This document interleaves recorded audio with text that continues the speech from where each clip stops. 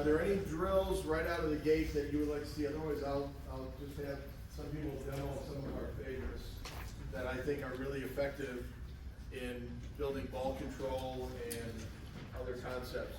Anybody have a drill they'd like to see? Okay. Somebody's got a call. Somebody's got a call. Help response. Give him a drill he wants. Which one? 99 confused me a little bit.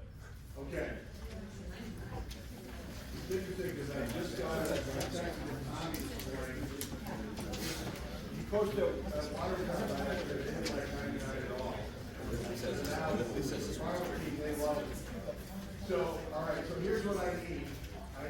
I need 6 males from Whitewater on that side of the net, and we're going to have an imaginary net right here. And 6 females from Whitewater on that side of the net.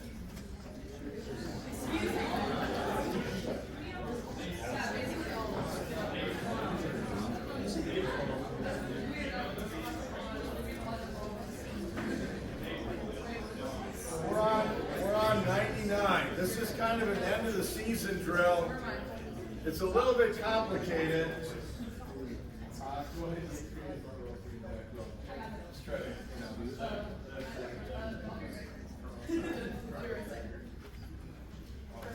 All right.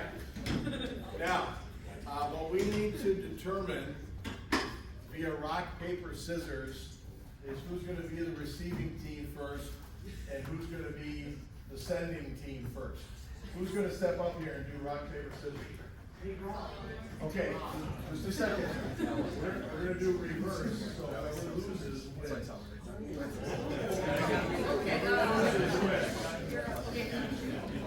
My first swear word.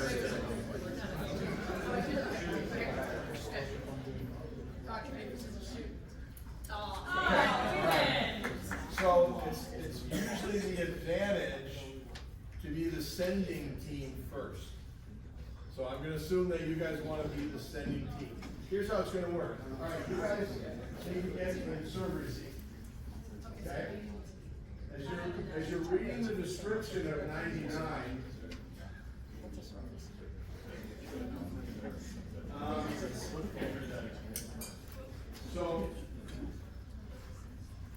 so you guys are the serving team, right? And you're the receiving team.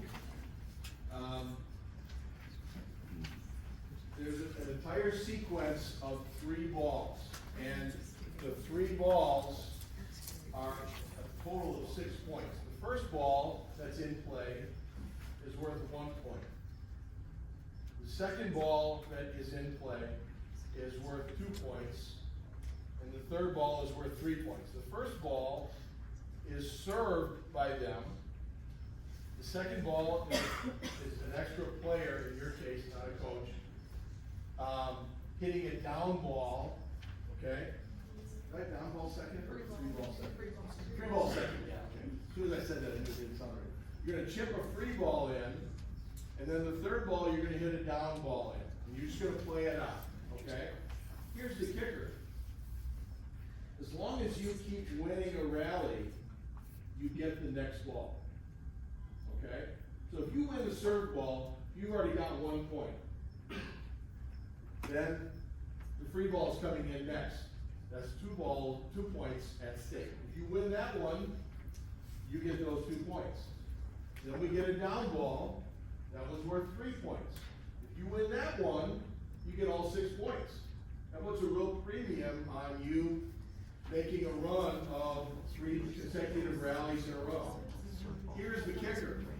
If you lose the serve ball, that's it. That's the end of the sequence. They get all 6 points. If you win the serve ball, you have 1 point. But you lose the free ball, they get all the rest of the points. So they would get 5 points, right? So now they get 5, you get 1. If you win the serve ball and the free ball, and then they win the down ball, well then you each got 3 points. But you can tell, if you shake a pass on the serve, they just went up 6-0. So they're going to take a big lead. All right, and then I think in the handout, does it say we switch at 72? Okay, so as soon as one team gets to 72, well, that's gonna be them. I predict it's gonna be, if you're playing really well, and it's like 72 to 36, you're in really good shape to potentially win, believe it or not. Okay?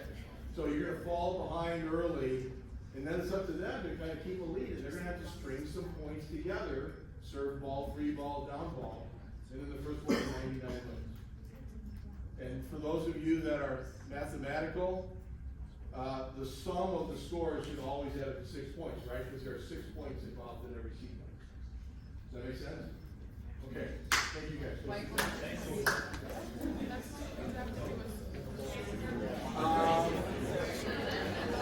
Eau Claire, come on up here. I need Eau Claire over here. I need 6 females on that side, 6 males on this side. No, yeah, 6 is fine.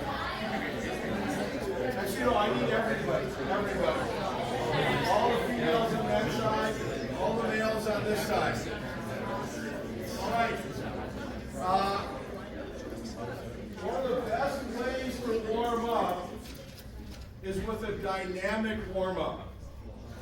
Okay, now, a dynamic warm-up, I heard some groans. Dynamic just means there's movement involved. It's not a static stretching exercise, right? So speedball is, the teams that I coach, man, they love playing speedball. They would beg me to keep playing speedball, and I wanted to get into practice. Here's what speedball looks like. Here's the net down the middle.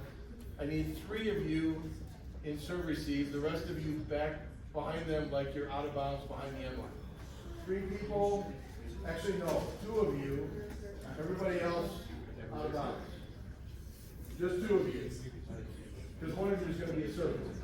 So go back and be a server. No. Now you can do this multiple ways, okay? Now, here's the deal. It's very simple. You're just playing 3-on-3. And you can designate someone to be the center, or, maybe center takes the first ball, somebody else steps in and sets for one of the other 2. So you're just playing it out, right? Now, here's the key. This is speedball. This is not slow ball. The next people in line, the next person in line, hang on just a second. I'm sorry, I wasn't clear. I need you guys that are out of bounds to make 3 lines. 3 lines. 3 lines. There we go. That's much better. The next person in the rightmost line has a ball in his or her hand. Okay? So, you're going to serve. Pretend you serve. And go ahead. Pass and set and swing.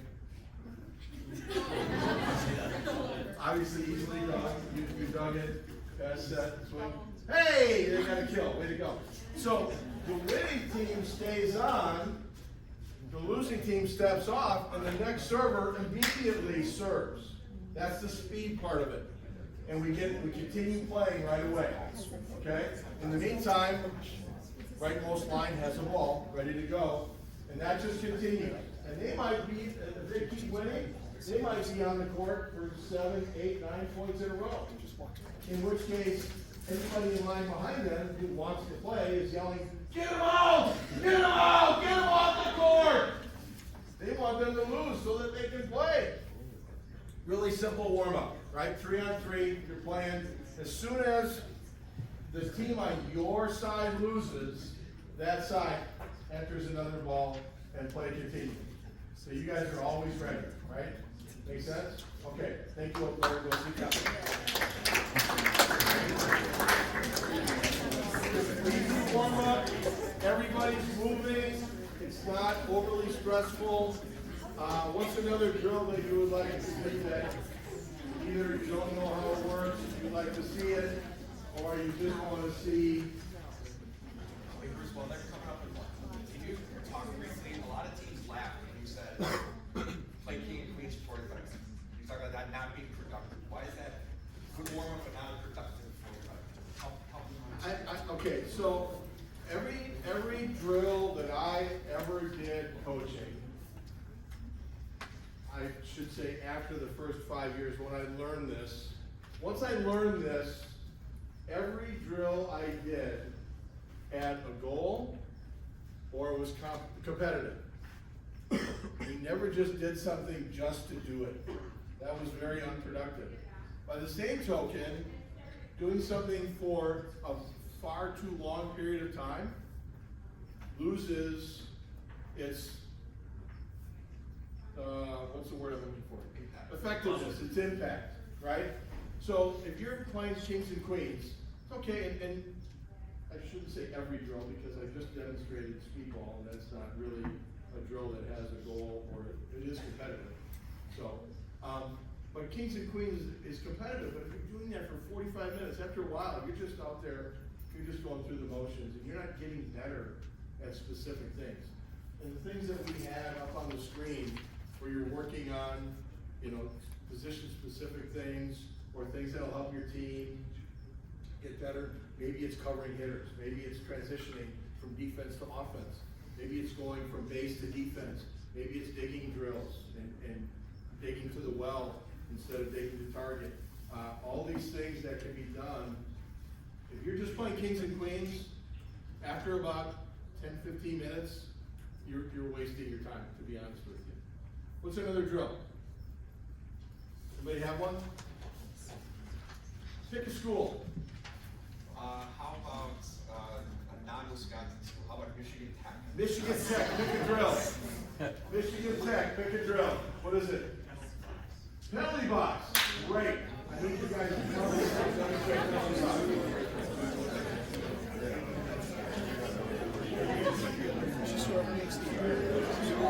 Two teams, one on each side. Okay, that's really better. It would be better to have 6 on 6.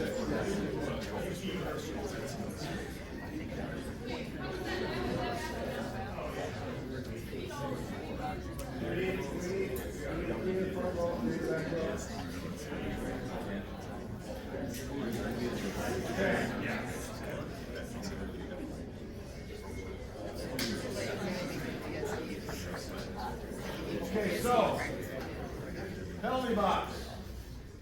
Everybody likes to play, right? Your motivation for being at practice or being in a competitive sport is you want to be on the court. Penalty box, if you make an error, if you're a team that's making a ton of errors, as soon as you make an error, you're out. Okay? So go ahead, and you guys are serving. You guys are to serve receive. Who's your setter?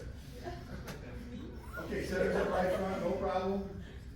So you guys are receiving. You guys are getting ready to attack. You're gonna, okay, go ahead and serve. Get to base position. You passed it. You said it. You swung. Go ahead. You dug it. Are you the setter? Yeah. Okay, you're the setter. You set it back to the outside. It's in the net. And you hit it in the net.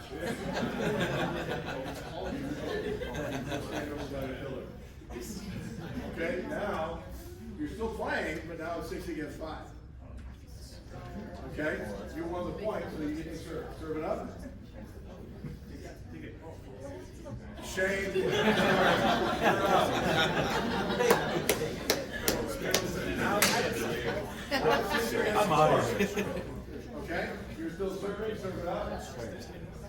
Pass, set. Okay, now with 4 players in quads, anybody can be front row or back row. Okay, you've just lost the designation of being back row. Anybody can attack. So now you hit, and you shank.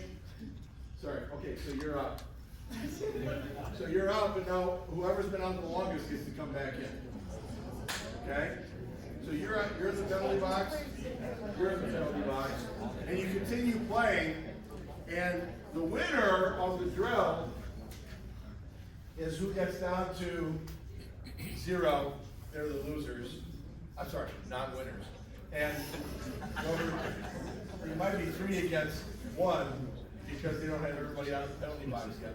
But whoever gets down to 0 loses what? Are you allowed double contact with one person? Yes. One person you can pass, set, and pass to yourself, set to yourself, and then swing. Okay? Yes. So let's say they served in a lane between two people, do you usually get them in That is a fantastic question. Okay, so, what were you saying? There is tension with that. Ball is, here's the question if you didn't hear it. Ball is served, lands right between two people. Who should be out? I would say, if it were me, I would say the person on this side, because they're the one that's moving toward target, really should be the one that takes that seam, right? But if you want to designate ahead of time, when it lands right between two people and you're both out, no problem. As long as you're not on that team and you're designated two people are out, yes. Another question, let's say that blue shirt shanks it, but then gray sweatshirt goes and tries to get it up, but then double shanks it, is that on blue shirt or gray sweatshirt? Another judgment call, I would say the first shank, depending on how bad it was. Okay, now. Here's another Bad question. hair guy. What And then the ugly guy. if this team runs such a dynamic attack and they just get a clean kill and nobody really made an error? Then nobody's out. Nobody made an error, they just made a really good play. That's all. You just continue to play.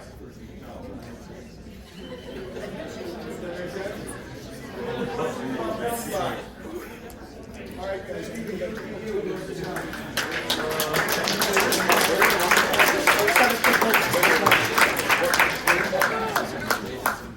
all right, we got time for a few more drills. We've got another drill that they would like to see demonstrated. Or is there a school that would like to demonstrate a drill? One of their favorite drills. Okay, let's go, Oshkosh. Let's go. I'll get to under the head next, but I'm going to do this one first. Let's go, Oshkosh. Is this for Oshkosh? We need help.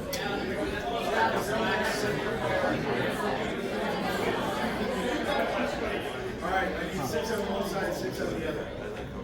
So if you have to recruit somebody,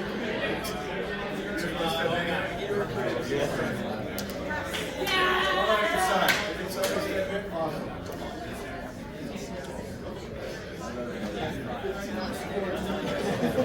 Okay, all right, listen up. I said something before about when you're playing 6 on 6, there's one person out of 12 that's touching a ball. And if you want to maximize getting better, the more touches, the more reps you're going to range into practice, the better. This one's called serve pass. I believe it's on page 1 of your ball handling drill. See serve pass? Okay. You three are passing. You three each have a ball and you're serving. So back up like you're out of bounds. You three are passing. Yep, thank you. You three, well, you three each have a ball and you're out of bounds. Okay? Now, oh,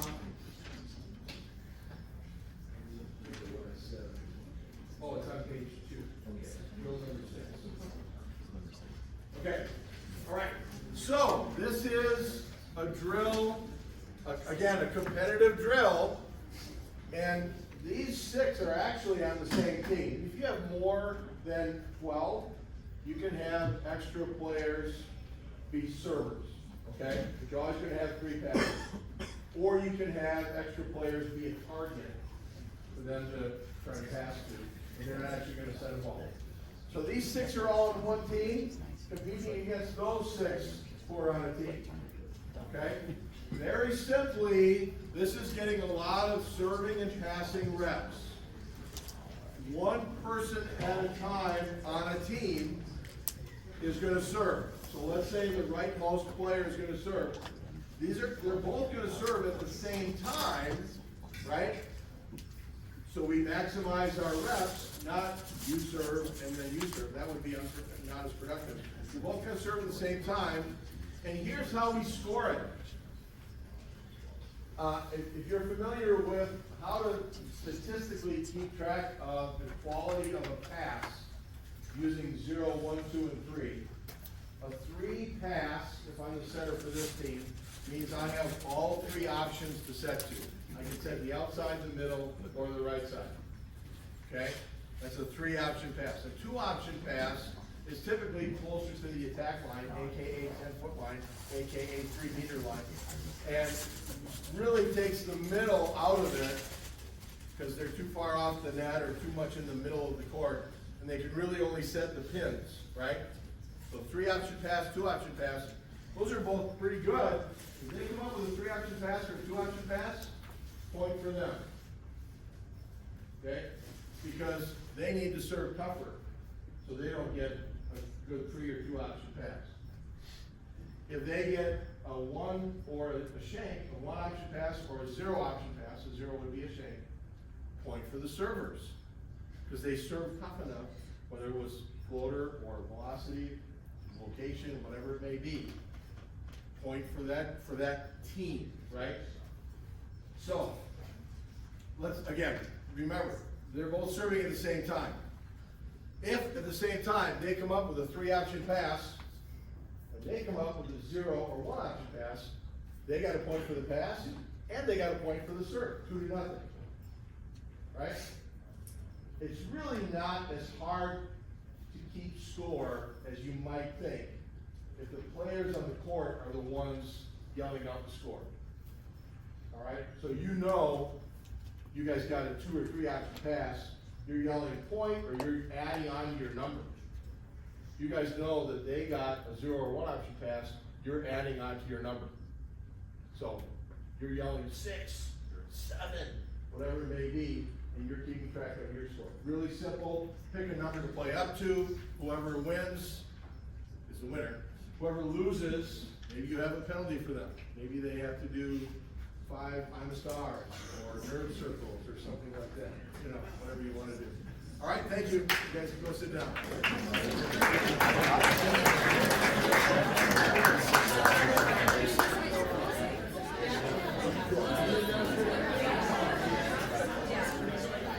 Okay, well, how many of you know what a nerd circle is? Yeah, there you go. Let's get that sitting at around here. Maybe it's too juvenile to do at the college level. But you're gonna have some fun at practice, right? So a nerd circle, you just slide down on your side, and then you just run in the circle. However many nerd circles, you know.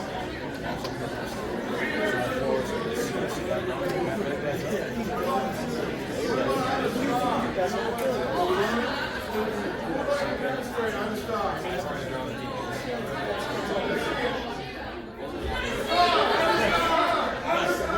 Really good.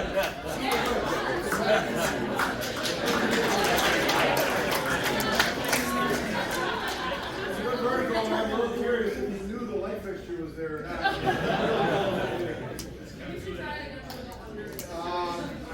What was another drill that somebody mentioned?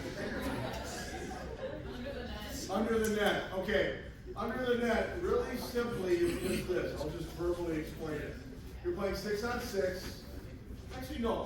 Let's actually get 12 people out here to demonstrate. Who would like to come out and demonstrate? Cross? Okay, come on, Cross. Okay, then pick another school to play against. Mascots already went. He already went. Already went. River Falls, let's go. 6 on the two sides, 6 on the other. 3 in the front row, 3 in the back row.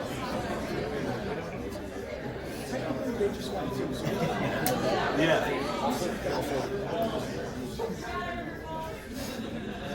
Okay, now this is kind of a warm-up, but it's also kind of a reading drill, and in a weird way, kind of a ball control drill. It's going to start with a coach chipping a ball to one side, or an extra player, chipping a ball to one side or the other. And just like normal volleyball, you're going to pass, you're going to set, and then you're going to hit, but you're actually going to hit the ball wait, what's the name of the drill again? Under Under the net. You're gonna hit the ball under the net. So imagine I chip to this side. Who's our setter? Okay, great. Imagine I chip to this side. You pass, you set, and no, it sets to you. And if you set a normal set, it's gonna be hard to hit the ball under the net, right? So you're probably gonna wanna set the ball a little farther back, maybe close to the 10-foot line. Well, you could do that, but that's gonna be tough for your teammate to hit the ball under the net. I would just go ahead and set it, and then she can hit somewhere under the net. Now, you guys are gonna get in normal defensive position, so if the outside's hitting, where does the blockers go? Come on, come over here, close the block. You're gonna be off block coverage, you're gonna be back row. But instead of jumping and blocking, because they're hitting under the net, you're just gonna turn your backs, and your legs are gonna be the block. Okay? And when you hit, you obviously want to hit so they can't get it. So you may hit an extreme angle, which you're going to read, and you take that ball back into the court, right? And you're playing normal volleyball, you're just hitting it under the net instead of over the net. The other thing this does too is this is a very low impact drill. So I got to a point later in the season where maybe I didn't want to do as much jumping because we had just had a tough tournament the Saturday before. And I wanted to kind of save their legs a little bit, and we would do this, and it's just a fun way of playing volleyball and challenging your ball control. So, you hit, it goes past the block, you dig it, way over there. You dig it back into the court, meantime you guys are transitioning, right? You guys are getting back to base position, blockers are getting up to the net, getting ready to block, and you dig it way back in, who's our center? Okay, well, instead of the first ball, you're just going to take the second ball. You're going to take the second ball? Okay, great. You're going to set to the middle. Now you have your choice. You can hit right, triple. Oh, they're going to triple block. I love it. Just like in a regular volleyball match, the middle doesn't want to hit the ball straight over the net. That's right where the block is. So he's going to turn one angle or the other. You guys don't want to be in the shadow of the block to defend, right? So now you're going to turn and hit one really hard over there. You shank it. Sorry. You guys lost the point.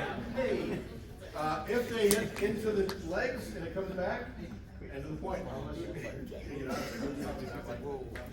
Yes. No.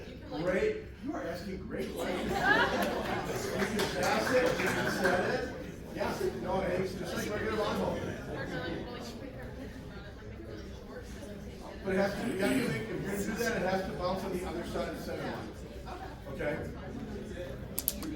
Remember, they get one bounce, right? One bounce after. No.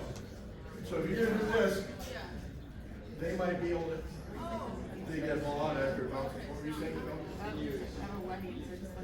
Yeah, you can tool the block, absolutely. You bet. All right, go sit down. Thank you. Thank you.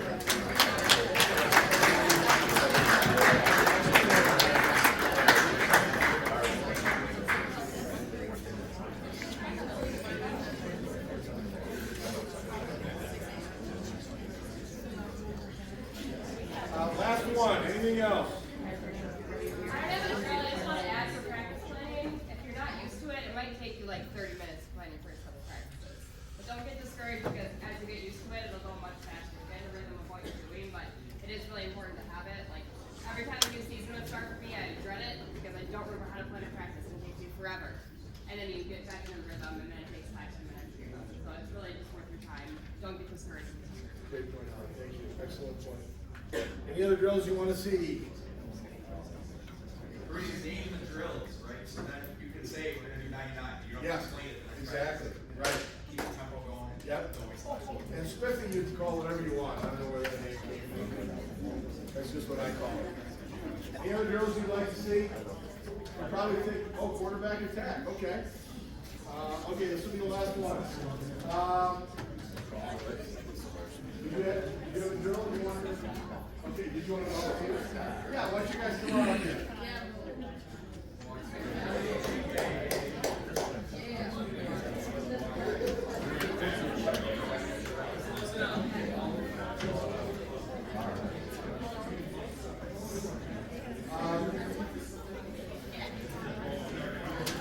would like to be out here with you? We need more people.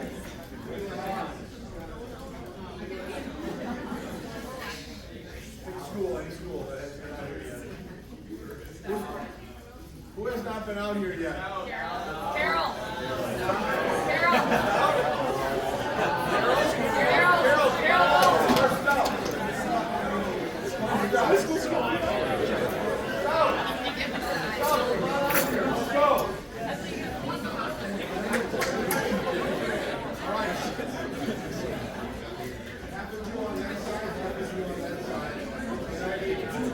Right here. Two lines like this. Two lines right here. Two lines right here.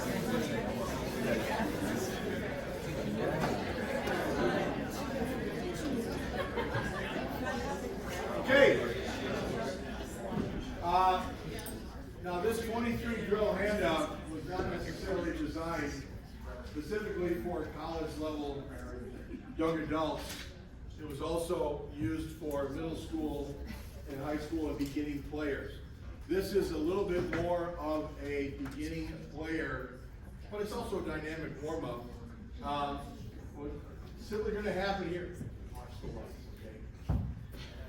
Okay, everybody behind the first two people in line, back up like you're out of bounds. Really simply, this serves a couple of purposes. Number one, it's a dynamic warm-up. Number two, I have a question for you. What's the most important skill in volleyball? I've heard communication. Sorry, that's a great answer, but not at the top of the list. What else? Hustle, control. Communication. What else? Passing. What else? I have not heard the correct answer yet. R. Starts with R. This question is a great answer, but not the answer. Okay, listen. That's it. Wait, what was it? Reading was going on. According to our U.S. Women's National Team coach, Carter Garage, reading is the most important skill in volleyball. Being able to anticipate,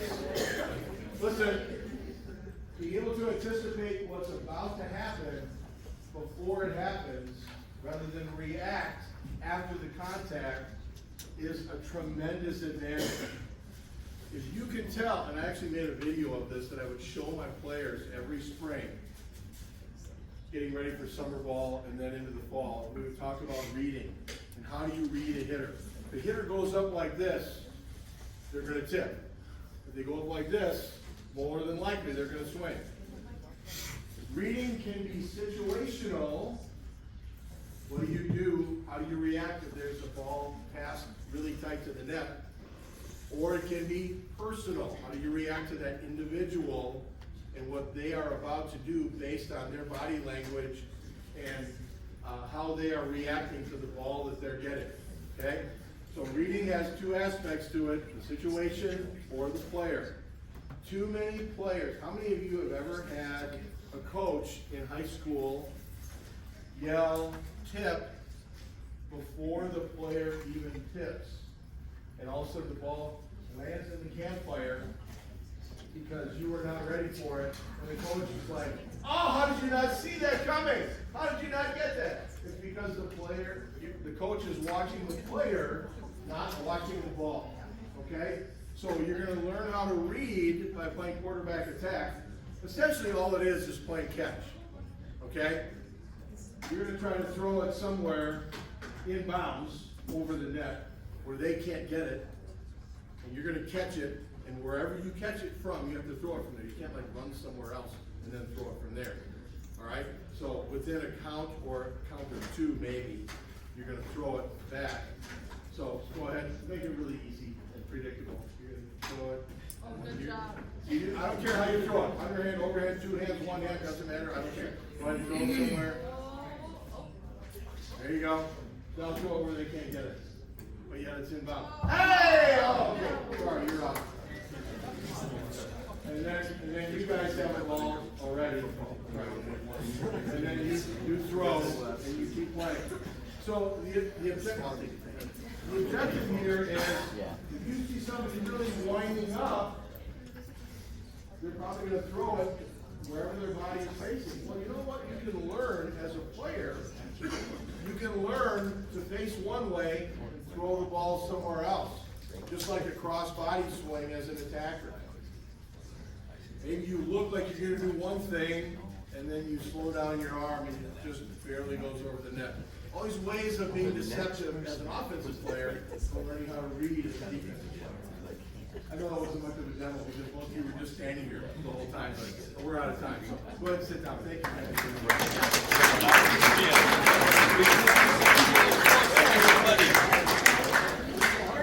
And the best news I have is Chick-fil-A is here, but I'm going to turn it back to Jason so he can transition you.